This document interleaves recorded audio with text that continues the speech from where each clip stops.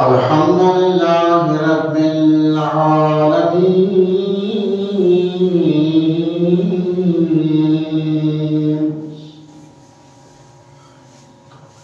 والصلاة والسلام على رسوله الكريم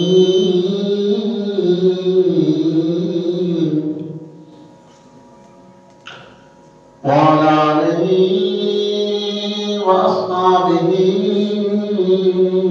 وأهل بيته وأزواجه وأولياء ملته وعلماء أهل سنته أجمعين. أما بعد فأعوذ بالله من الشيطان الرجيم. بسم الله الرحمن الرحيم.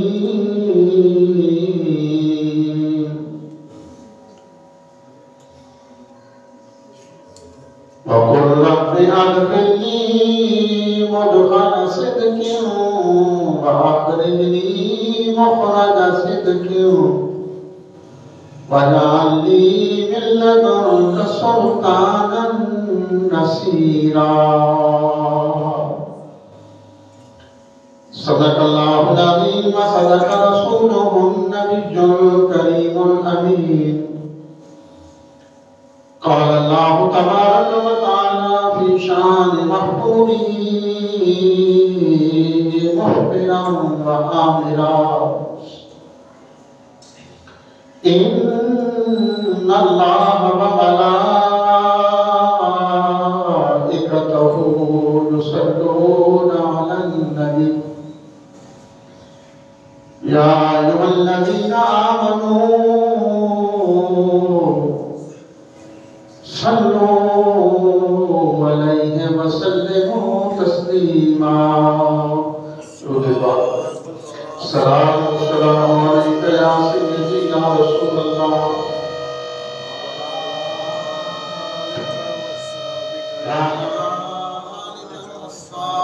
يا سيدي يا حبيب الله.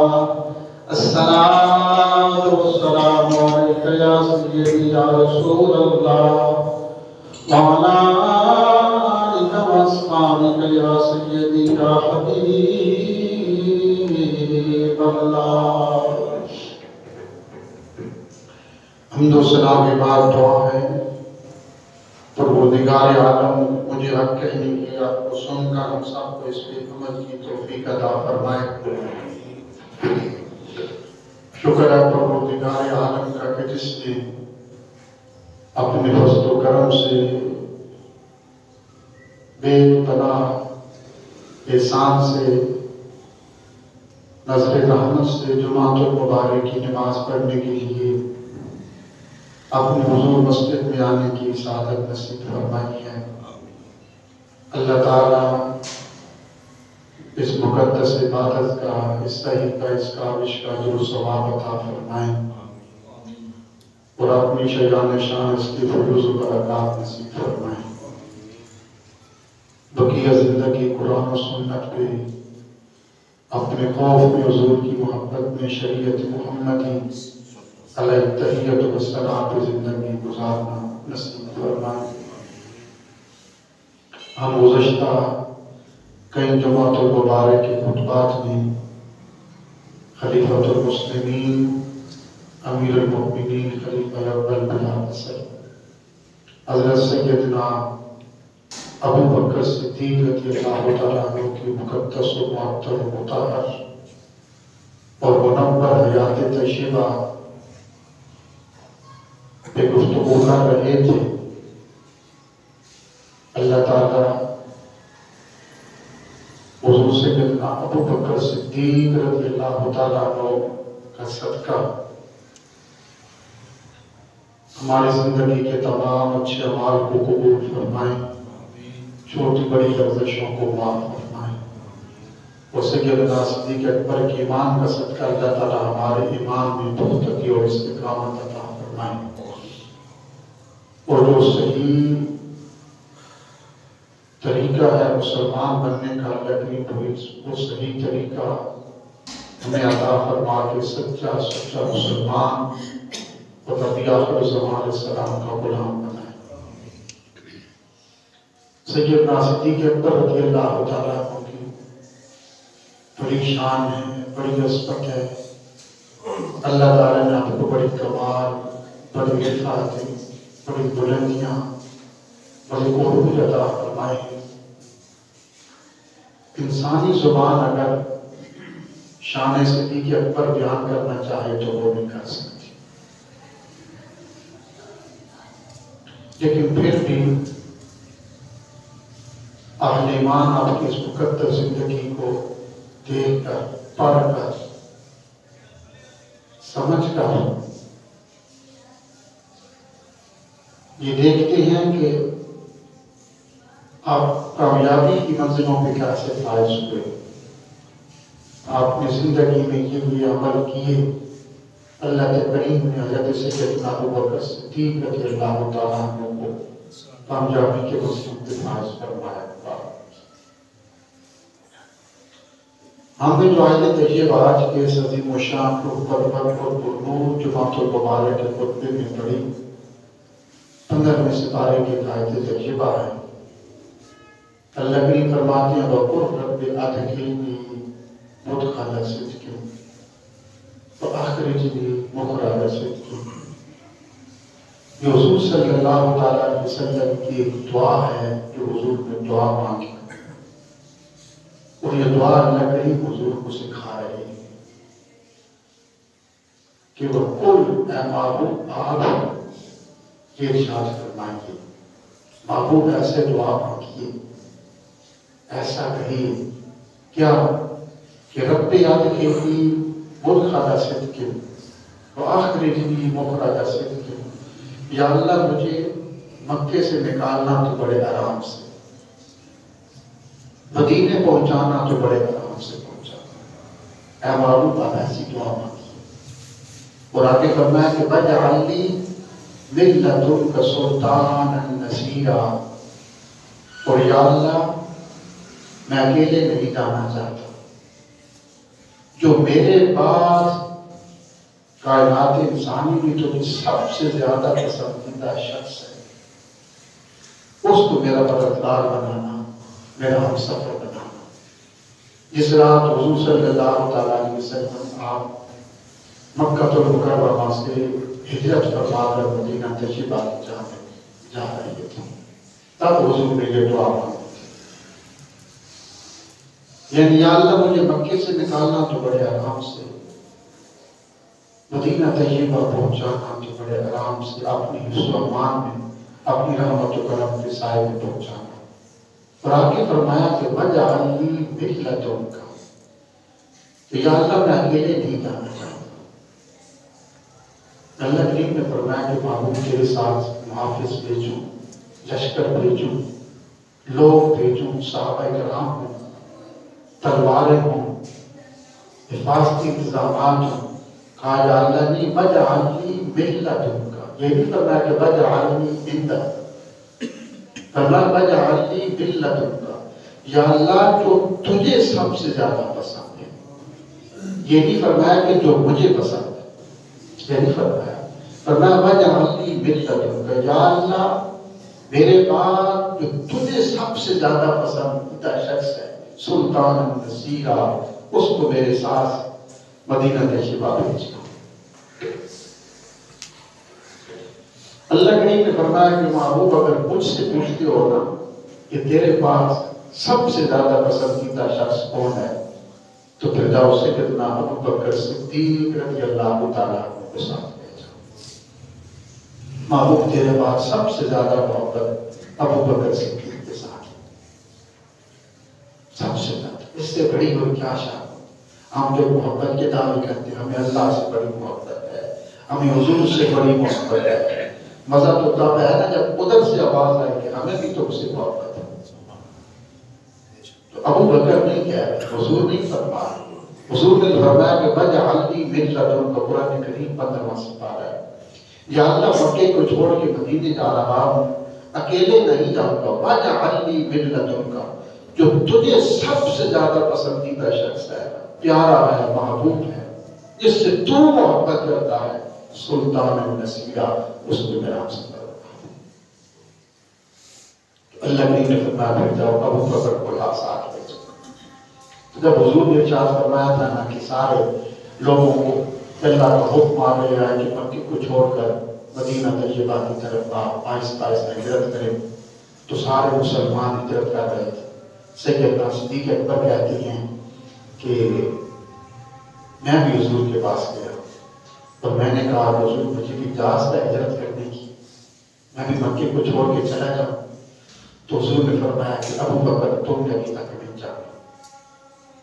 تو سیدنا صدیق اکبر رضی اللہ تعالیٰ عنہ کہتے ہیں کہ پھر میں سمجھ گیا کہ میں حضور کے ساتھ کروں گا، حضور مجھے ساتھ لے کے جائیں گے۔ پھر جس رات حضور نے ہجرت فرمانی تھی، اس رات اس ایک دن پہلے تمام قریش مکہ سرداران مکہ اکٹھے ہوئے، ایک میٹنگ ہوئی اور اس نے طے پایا کہ آج رات نعوذ باللہ من ذالک حضور کو قتل کر دیا جائے، آپ کا کام تمام کر دیا جائے۔ پھر یہ طے پایا کہ ہر قبیلے کا ایک شخص اس میں شامل ہوگا، تاکہ اگر بنو ہاشم بدلہ لینا بھی چاہیں تو کتنے قبائل سے بدلہ لیں، جب سارے قبیلے ہی شامل ہوں گے اس میں تو پھر کتنوں سے بدلہ لیں گے۔ ہر قبیلے کا ایک شخص اور سارے کے رات کو تلواریں بے نیام حضور کے گھر کے باہر، حضور تہجد کے لیے اٹھ کر اپنا حرم شریف میں جائیں گے تو نعوذ باللہ حضور کو قتل کر دیا جائے۔ اب حضور نے سیدنا علی مرتضیٰ کو بلایا کرم اللہ تعالیٰ کریم کو، اور حضور نے فرمایا کہ علی یہ مانندیں ہیں اپنے پاس رکھ لو، اس بستر پہ سو جاؤ، میں جا رہا ہوں، صبح اٹھنا، اہل مکہ کی یہ امانتیں فلاں فلاں کی ہے ان کو واپس کر کے مدینہ طیبہ پہنچا۔ اب سیدنا علی مرتضیٰ فرماتے ہیں کہ میں دیکھ رہا تھا کہ حضور اس حجرہ اقدس کے باہر، گھر کے باہر ایک جمع کبیر تھا، ننگی تلواریں تھی، لیکن حضرت علی مرتضیٰ فرماتے ہیں کہ میں اس بستر پہ سویا اور حضور کی سبز چادر تان کر کر میں سویا، پھر پرسکون نیند سو گیا۔ بھائی جہاں پہ رات کو ریڈ پڑنا ہو پولیس کو کبھی نیند آتی ہے، دشمن کا خطرہ ہو کبھی نیند آتی ہے؟ تو کسی نے مولا علی کائنات سے پوچھا کہ تلواروں کے سائے میں تم پہلے جب بھی سوتے تھے تو کہتے تھے تمہیں نیند نہیں آتی، کہ کوئی پتہ نہیں کہ یہی ہو سکتا ہے زندگی کی آخری رات ہو، اگلا سانس آئے نہ آئے، دائی اجل کو لبیک کہہ جاؤ، تمہیں نیند سکون سے نہیں آتی تھی۔ اس رات جب تلواروں کے سائے میں، دشمن کے گھیرے میں اتنی پرسکون تم نیند کیسے سو گئے تھے؟ تو حضرت مولا علی نے فرمایا کہ پہلے جب بھی سوتا تھا یقین نہیں ہوتا تھا کہ اس کو اٹھوں گا یا نہیں اٹھوں، لیکن اس رات یقین تھا کہ اس کو اٹھوں گا، اس رات موت نہیں آ سکتی۔ تو کہا کیسے؟ کہا حضور نے ارشاد فرمایا تھا کہ علی کی ضمانتیں ہیں مکے والوں کی کہ واپس کر کے مدینہ طیبہ پہنچ جانا۔ حضور نے فرمایا مدینہ طیبہ پہنچ جانا۔ اب مجھے یقین تھا کہ جب تک میں امانتیں واپس کر کے مدینہ طیبہ نہیں پہنچ جاتا مجھے موت نہیں آ سکتی، جو کہ حضور نے ارشاد فرما دیا تھا۔ اس لیے میں تلواروں کے سائے میں سکون سے سو گیا۔ اب حضور اٹھتے ہیں، تہجد کا وقت تھا اور حضور سورۃ یاسین کی تلاوت فرما رہے ہیں۔ حضور نے تھوڑی سی مٹی اٹھائی، دروازہ کھولا، باہر سرداران مکہ کھڑے ہیں، تلواریں ہاتھ میں، حضور سورۃ یاسین کی تلاوت فرما رہے تھے اور حضور نے ایسے مٹی ان کی طرف پھینکی، ان کو کچھ بھی نظر نہ آیا اور حضور وہاں سے گزر گئے۔ وہ تو کہتے ہیں نا حضور نظر نہیں آتی، ان کو تو اس وقت بھی نہیں آئے تھے، اب بھی نہیں آتے۔ حضور سیدنا صدیق اکبر کے گھر میں گئے۔ اب دیکھیں عشق کیا ہوتا ہے، محبت کیا ہے۔ صدیق اکبر کس ہستی اور کس ذات کا نام ہے؟ سیدنا صدیق اکبر بہت بڑے تاجر تھے، سردار تھے مکے کے. آپ کی بہت بڑی حویلی تھی، بہت بڑی. اور آپ کا جو مین دروازہ تھا نا، جو باہر کا سین تھا، یہ بہت کھلا تھا. مین دروازہ آپ کا بہت دور تھا. آگے سونے والے جو رہائشی کمرے تھے وہ دور تھے. حضور تہجد کے وقت گئے نا، ابھی حضور نے جا کر سیدنا صدیق اکبر کے دروازے پہ ہاتھ لگایا دستک دینے کے لیے، صدیق اکبر نے کنڈی کھول دی. ایک لمحہ بھی نہیں گزرا تھا تو حضور نے فرمایا ابو بکر تمہارے کمرے تو بہت دور تھے، بہت بڑا سین ہے تمہارا، ابھی میں نے پوری دستک بھی نہیں دی تھی، کنڈی پہ ہاتھ رکھا، تمہارے دروازے کو لگایا تو تم نے دروازہ کھول دیا، اتنی جلدی تم وہاں سے اٹھ کر یہاں تک کیسے پہنچ گئے؟ تو سیدنا صدیق اکبر نے عرض کی حضور یہ 3 مہینے ہو چکے ہیں، 3 مہینے پہلے میں آپ کے پاس گیا تھا اور میں نے کہا حضور مجھے اجازت ہے میں بھی ہجرت کر جاؤں. تو حضور آپ نے ارشاد فرمایا تھا کہ نہیں ابھی تک اللہ کا حکم نہیں آیا، تم نہیں جا سکتے. حضور میں اسی دن سمجھ گیا تھا کہ میں آپ کے ساتھ ہجرت کرنے جاؤں، آپ کے ساتھ میری ہجرت ہو، آپ کے ساتھ مکے کو چھوڑ کے جاؤں گا. حضور 3 مہینے ہو چکے ہیں، میں عشاء کی نماز پڑھ کر اس دروازے کے ساتھ کھڑا ہو جاتا ہوں. حضور کہیں آپ تشریف لائیں تو مجھے کنڈی کھولتے ہوئے دیر نہ ہو جائے. 3 مہینے ہو چکے ہیں، میں عشاء کی نماز پڑھ کر اس دروازے کے ساتھ کھڑا ہو جاتا ہوں اور صبح تک اس دروازے کے پاس کھڑا رہتا ہوں. یہ محبت ہی عشق تھا. پھر حضور نے سیدنا صدیق اکبر کو پکڑا اور آگے لے گئے اور جا کر چارپائی پہ بیٹھے. سیدہ عائشہ صدیقہ فرماتی ہیں میں حضور کے پاس کھڑی تھی، سیدنا صدیق اکبر بیٹھے ہیں، حضور تشریف فرما تھے. تو حضور نے فرمایا کہ ابو بکر آج رات ہم ہجرت کریں گے، ابھی جا رہے ہیں مکے کو چھوڑ کر. تو میں نے کہا ابو بکر کہتی ہیں میں نے کہا حضور آپ کے ساتھ، کہ ابو بکر تم جاؤ گے. تو آگے سے سیدنا صدیق اکبر کہتے ہیں میں نے کہا حضور کہ آپ کا حکم ہے یا اللہ کا حکم ہے ارشاد ہے؟ تو حضور نے فرمایا کہ ابو بکر یہ اللہ کا حکم ہے کہ تجھے ساتھ لے کے جاؤ. تو سیدنا صدیق اکبر کی آنکھوں میں آنسو آ گئے اور رونے لگے. اور سیدہ عائشہ صدیقہ کہتی ہے میں نے پہلی دفعہ زندگی میں دیکھا کہ صدیق اکبر مسکرا بھی رہے تھے، آنسو بھی آ رہے تھے. کہتے ہیں پہلی دفعہ دیکھا کہ کسی کی آنکھوں سے خوشی کی وجہ سے بھی آنسو آتے. اور پھر حضور سیدنا ابو بکر صدیق رضی اللہ تعالیٰ عنہ کو لے کر حضور رات کی اس تنہائی میں آپ نکلتی ہیں اور سیدھا آپ غار ثور کی طرف جاتے ہیں. اب دیکھیں سیدنا صدیق اکبر کی شان کیا تھی. اب جب صبح کا وقت تھا تو قریش مکہ نے جب دیکھا کہ چادر ہٹائی تو دیکھا تو وہاں پہ حضور نہیں تھے. سیدنا علی مرتضیٰ اس حضور کی بستر پہ آرام کر رہے تھے. تو ابو جہل نے پوچھا حضرت مولا علی پاک سے کہ کہاں گئے حضور؟ کہا وہ تو رات کو بھی چلے گئے، وہ تو مکہ چھوڑ کے چلے گئے. اب ابو جہل دوڑا.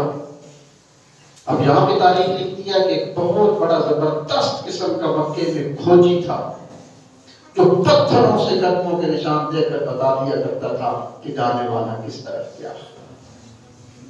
اب ابو جہل نے اس کھوجی کو ساتھ لیا اور اس کو ساتھ لے کر وہ گیا. اس نے کہا کہ بتاؤ حضور کس طرف گئے؟ اب وہ کھوجی حضور کے قدموں کے نشان دیکھتا جا رہا اور دیکھتا دیکھتا کہا حضور اپنے حجرت سے نکلے، حضور کے قدموں کے نشان بتاتے جا رہی ہیں. حضور سیدھے سے سیدنا ابو بکر صدیق کے گھر میں گئے.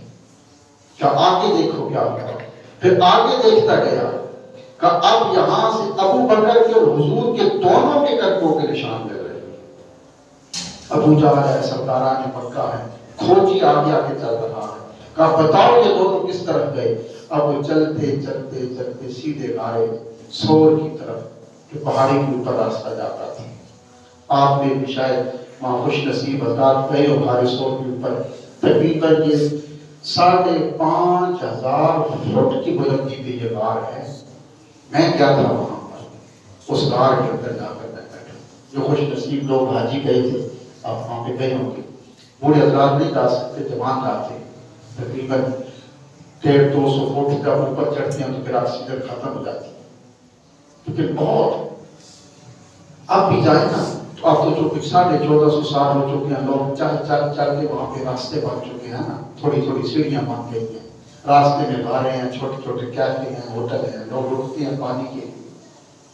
لیکن اس وقت پھر رات کی طرح اندھیرا، سخت تاریک رات، راستہ بھی نہیں تھا جب صدیق اکبر حضور جا رہے تھے. اور ایک عشق ہوتا ہے.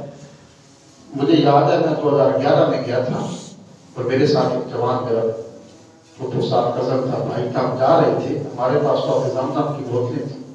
ہمارے آگے ایک بوڑھی عورت تھی، غالباً وہ مصر کی تھی یا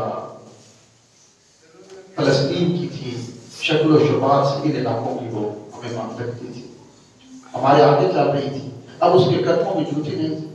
بوڑھی عورت، بالکل تقریباً 70-80 سال سے اب محسوس ہوتی. اس نے چڑھنا شروع کیا غار ثور پر. ایک لمحے کے لیے بھی نہیں رکی. ہم رکتے تھے، پانی پیتے تھے، بیٹھتے تھے، وہ نہیں رکی. ایک جگہ پہ ہم بھی جا کر اس نام پانی آگے کیا، اس نے 2 منٹ بعد چڑھتی جا رہی ہے، چڑھتی جا رہی ہے. خود تو بوڑھی تھی، عشق تو جوان تھا نا. چڑھتی جا رہی ہے، نہیں رکی، وہ چڑھتی جا رہی ہے. اور پھر آخر میں گئے تو تقریباً 100 فٹ کے اوپر بالکل پہاڑ ایسے کھڑا ہے. وہاں سے بڑا ہی مشکل اوپر پہنچا. تو وہ جو تھی وہ جا رہی تھی اور وہاں چڑھنا شروع کیا زمین سے. غار ثور تک پہنچی، وہاں جا کر رکتی ہے. ایک لمحے کے لیے نہ راستے میں بیٹھتی ہے، نہ پانی پیا، نہ رکی، چڑھتی جا رہی. عشق کبھی انسان کو بوڑھا نہیں ہونے دیتا، کمزور نہیں ہونے دیتا، مایوس نہیں ہونے دیتا، دکھی اور پریشان نہیں ہونے دیتا. تو اب تو سیڑھیاں ہیں تو دن کی روشنی بھی ہوتی ہے. تو 1450 سال پہلے جائیں تو اب ابو جہل کے ساتھ کھوجی ہے. کہا بتاؤ حضور کس طرف گئی؟ کھوجی چلتا جا رہا ہے.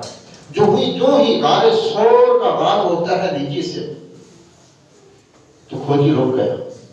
تو کہا کیا ہوا؟ کہا یہاں سے حضور کے قدموں کے نشان غائب ہو چکے ہیں، ابو بکر کے قدموں کے نشان مل رہے ہیں. اور یہاں پہ پھر تاریخ میں یہ کہا ہے کہ وہاں پر سیدنا صدیق اکبر نے حضور کو کندھوں پہ اٹھا دیا تھا.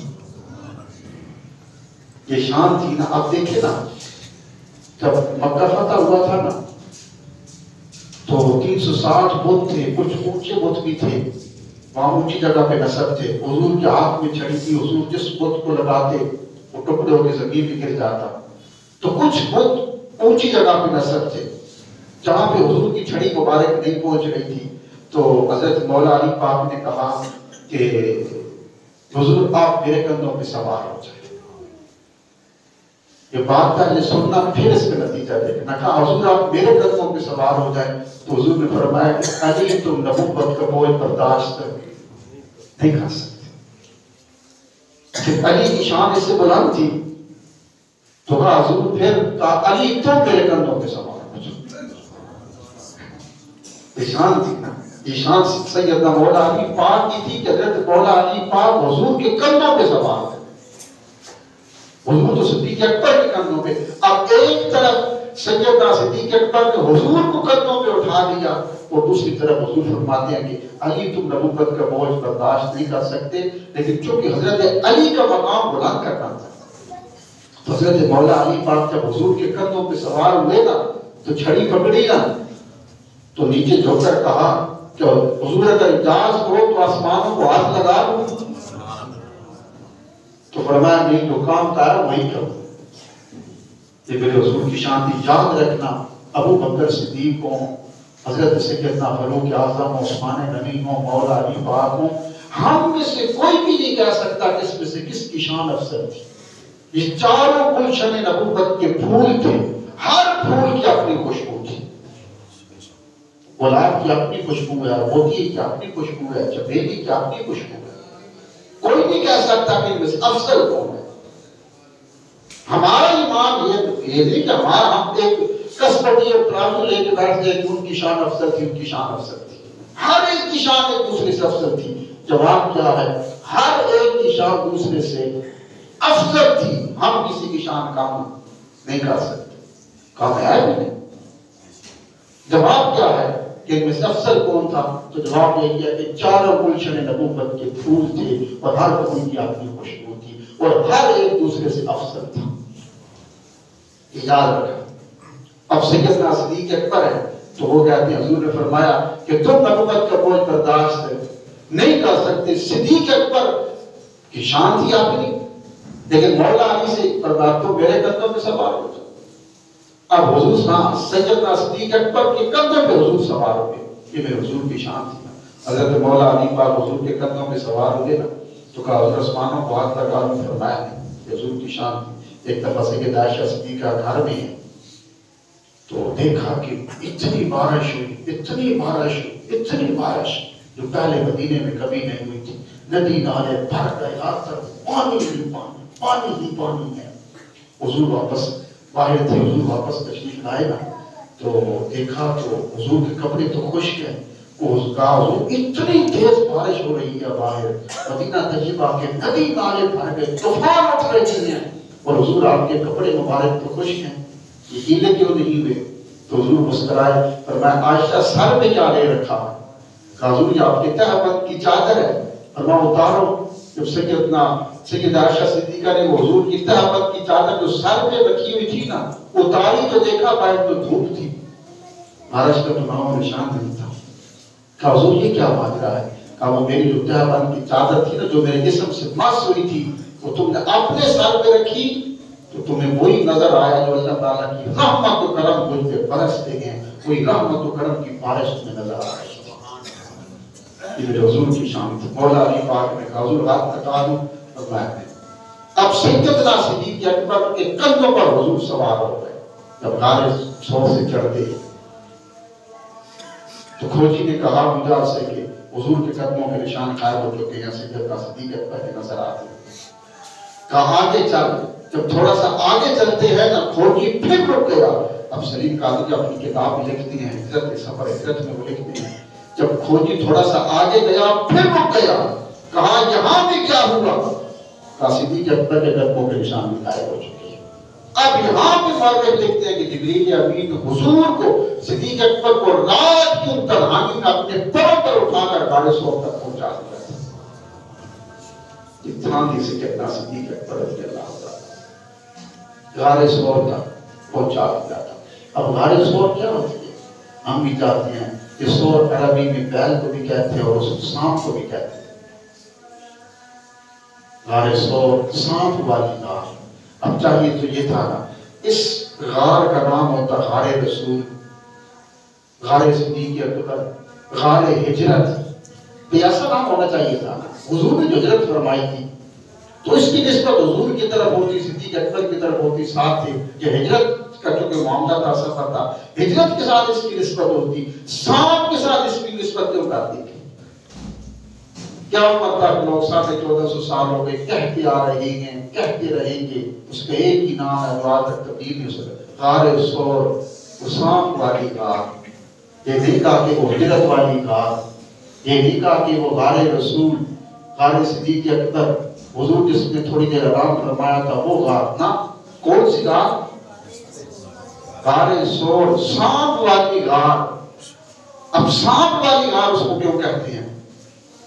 تو ملا معین الواعظ کاشمی رحمۃ اللہ تعالیٰ علیہ اپنی کتاب کے اندر آپ لکھتے ہیں کہ ایک دفعہ وہاں پر حضرت سیدنا عیسیٰ علیہ السلام آپ اپنی انجیل کی تلاوت فرما رہے تھے اور اس انجیل میں آپ یہ تلاوت فرما رہے تھے، لکھا ہوا تھا کہ نبی آخر الزمان دنیا میں تشریف لائیں گے، جو تمام انبیاء و رسول کے سردار ہوں گے، جن کے اللہ کریم نے جن کے لیے اپنی نبوت کو ظاہر، اپنی ربوبیت کو ظاہر فرمایا، کائنات بنائے، نظام سجائے. سیدنا عیسیٰ علیہ السلام یہ تلاوت فرما رہے تھے اسی جگہ پہ بیٹھ کر. ہماری آپ کے ساتھ تھے، غار ثور کے اوپر سفر تھا، وہاں سے گزر رہے تھے. تو اس غار کے اندر ایک سانپ تھا. تو وہ سامنے آیا اور اس نے حضرت عیسیٰ علیہ السلام سے پوچھا کہ یہ نبی آخر الزمان کب تشریف لائیں گے؟ تو عیسیٰ علیہ السلام نے فرمایا کہ میرا زمانہ ختم ہو جائے گا، پھر حضور تشریف لائیں گے، مکے میں ہوں گے، جائے ولادت حضور کی مکہ ہوگی، آپ مدینے میں ہمیشہ کے لیے رہیں گے، سفر فرمائیں گے، اور اسی غار کو حضور تشریف لائیں گے اور یہی حضور کی جو غار ہے وہ بتا ہوگی. اس وقت معین الدین وائز کاشفی لکھتی ہیں اس وقت اس سانپ نے کہا تھا یا اللہ میرا جی چاہتا ہے کہ میں تیرے محبوب کی زیارت کروں، مجھے اتنی عمر عطا فرما دے۔ پھر 600 سال تک وہ غار حضور کی کا انتظار کرتا رہا۔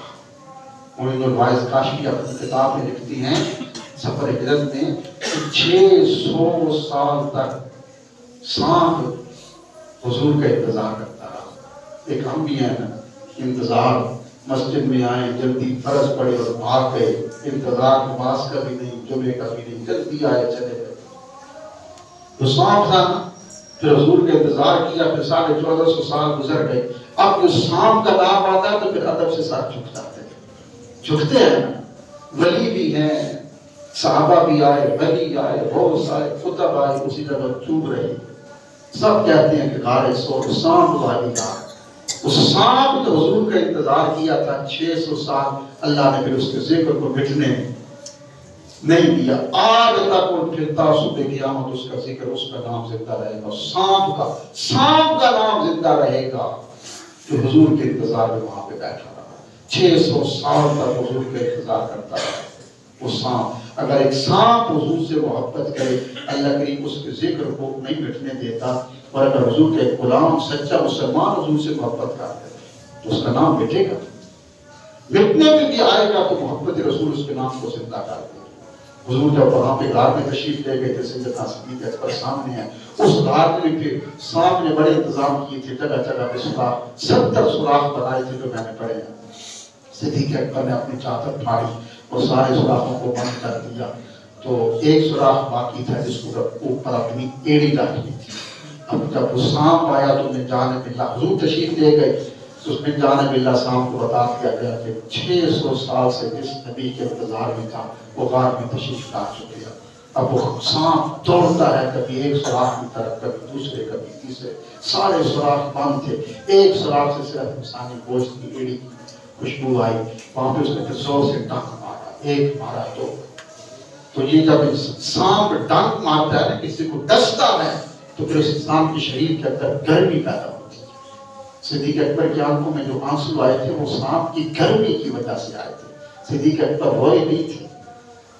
تو جب وہ سانپ نے ڈس مارا، ایک دفعہ ڈسا، دوسری دفعہ، تیسری دفعہ، تو صدیق اکبر کی آنکھوں میں آنسو آئے۔ جب حضور نے دیکھا تو فرمایا کیا ہوا؟ کہا حضور پیچھے سے کوئی سانپ ہے جو ڈس رہا۔ تو کہا پھر ایڑی ہٹا دو۔ جب ایڑی ہٹائی تو بہت بڑا ایک اژدہا سانپ سامنے کھڑا ہوا، کچھ دیر کھڑا رہا، حضور کو دیکھتا رہا۔ حضور نے فرمایا جاؤ، تیری دعا قبول ہو گئی، تو نے میری محبت میں 600 سال گزارے تھے، اللہ قیامت تک کے لیے تیرے ذکر کو، محبت کو مٹنے نہیں دے گا۔ اس غار کو، اس جگہ کو، جہاں پر تو صرف میری محبت میں 600 سال تک انتظار کرتا رہا، جہاں پہ لوگ زیارت کرنے بھی آئیں گے، اس کو دیکھنے بھی آئیں گے، اور اس جگہ کی، اس غار کی نسبت بھی قیامت تک تیرے ساتھ ہوگی۔ اس سے آگے انشاءاللہ اگلے جمعے کو پڑھیں گے سنت ادا۔